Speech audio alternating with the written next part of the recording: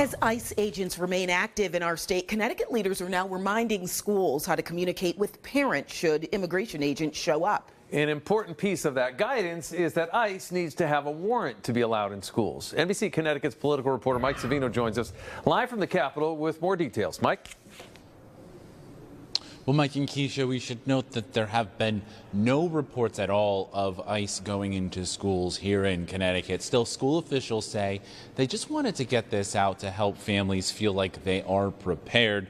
Republicans say this is just stoking fears. Because when families are prepared, students are protected. A group of superintendents say they're getting calls from families worried about immigration agents splitting them up from their children. Today, they delivered a two-pronged message.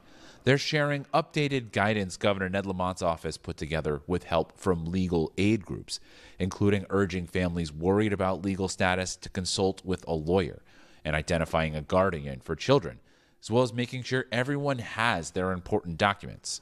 But they're also reiterating policies put in place earlier this year, including that immigration agents must identify themselves and provide proof of a warrant before entering a school. We're talking about elementary students, high school, middle.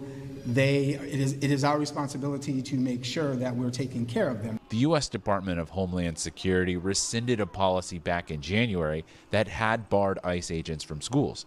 But the department said last week that ICE is not conducting enforcement operations at or raiding schools. ICE is not going to schools to make arrests of children. The Senate Republicans leader used today's event to criticize Democratic policies like the Trust Act. Republicans continue to support legal immigration, education achievement, law enforcement, and victims of violent crime while demanding safer streets, safer schools, and respect for taxpayers' money. But Lamont and superintendents say this is all about responding to concerned families. Schools are still receiving phone calls from families, so it's our responsibility to communicate with families, to share them what our plan is.